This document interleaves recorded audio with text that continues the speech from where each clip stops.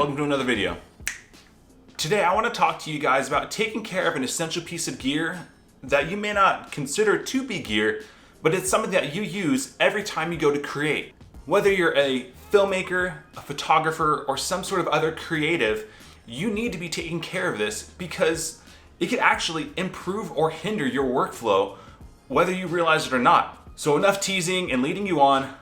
I'm just going to get into it and we're going to talk about today's topic. I actually began to come to this realization for myself when I was editing my last video, the video which you can check out above.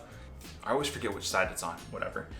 That whole sequence, that like minute and a half, took about 5.5, 6 hours or so to go from concept to finished and uploaded. It took about 5.5 hours. And I was shooting with my hand. I was using my hands to make the coffee itself, and I was using my hands to type. I was using my hands on the trackpad to edit, and that was a long time. I think that was the bulk of the time spent. It was probably close to 3 hours editing that down. And then like by the end of it, I was kind of just feeling my hand cramping because I don't know about you, but when I use a trackpad, I use like my longer fingers to navigate. And so this motion happens a lot, clicking down. And so all of these muscles in my forearm begin to tighten and tense up. One, maybe don't use the trackpad on your laptop. If you watched Jevin Dovey and Sydney DeYoungson's tutorial on editing, Sid actually brings this up and talking about comfort, being comfortable, and having a good mouse. He has a Logitech one that he's picked up and that he's really happy with. I'll put it down below. I don't get an affiliate off of it, but if you want to check it out, it's something I'm considering to purchase over the Magic Mouse 2, which, not gonna lie, would look really great with this Space Gray MacBook Pro. However, I might just go with comfort over style because style is only gonna take me so far. If I'm comfortable in taking care of my hands and making sure I'm using ergonomically designed equipment, that's gonna help me further along down the road. So there's that. So first one, use a mouse, don't use your trackpad. Tip number 2 is focusing on stretching out the muscles in your hands and your forearms and taking care of those. So first thing you can do is you can take your hand and your arm, stretch them out in front of you, and just kind of pull your fingers down toward the floor like this, and you should feel it in the kind of your wrist and through here in the top of your forearm. Do it for as long as comfortable. I'd say maybe 30 seconds here, totaling for maybe 3 sets of that, and that'll help you out a lot. Same thing, you can do the reverse and pulling your wrist this way. So arm straight out, pulling your wrist toward you. And this is gonna help target the top of your hand and this the muscles here that connect through your wrist.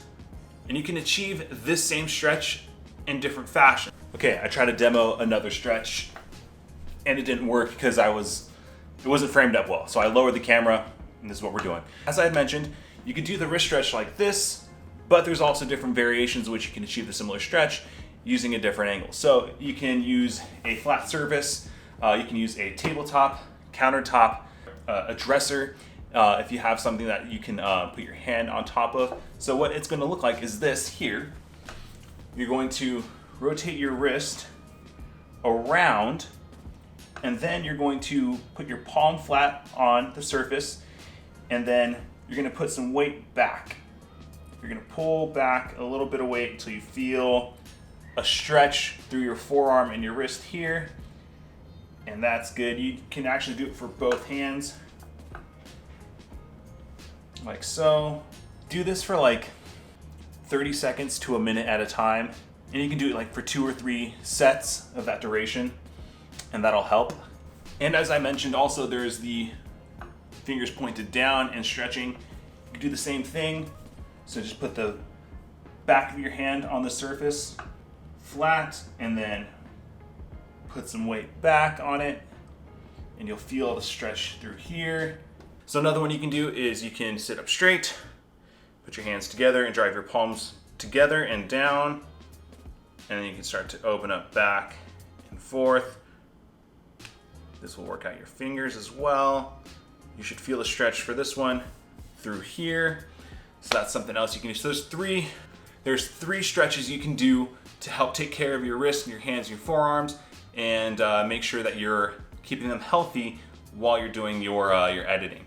The last thing I want to talk about is introducing some equipment into it so you can add more into your arsenal of self-care for your hands and forearms. Okay, so tool number 1 is going to be this VOODOO floss.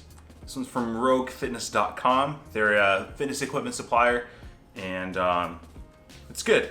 It's good stuff. I'll put a link to them if you want to check out their stuff as well. To get started using the VOODOO floss for your wrist, I'll show you just briefly. First, you're going to start with it rolled like this and set the flap in your palm.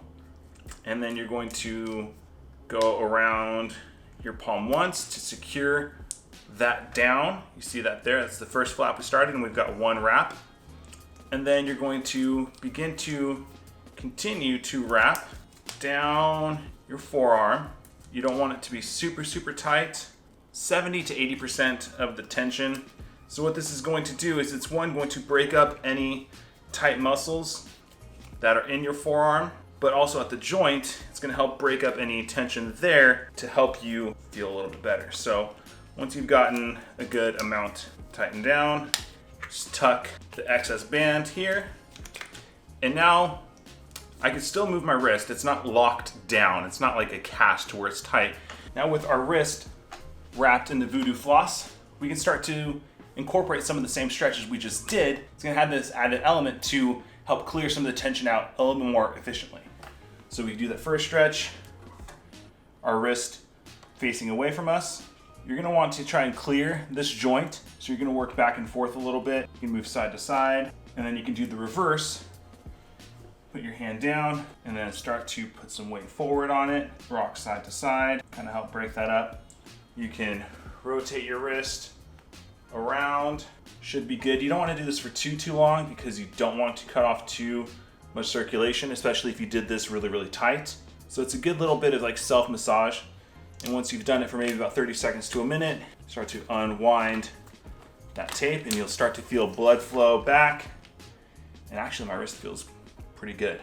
And the last thing I want to bring out is this little lacrosse ball. This one's from Rogue Fitness as well. So this will be another way you can help break up some of the tense muscles in your forearms, and those will help release some of the tension and pain that you may have in your hand and in your wrist. Okay, so you're gonna want to take your lacrosse ball, find a flat, hard surface, and you're going to find just that meat of your forearm. You don't want to just sit here and roll.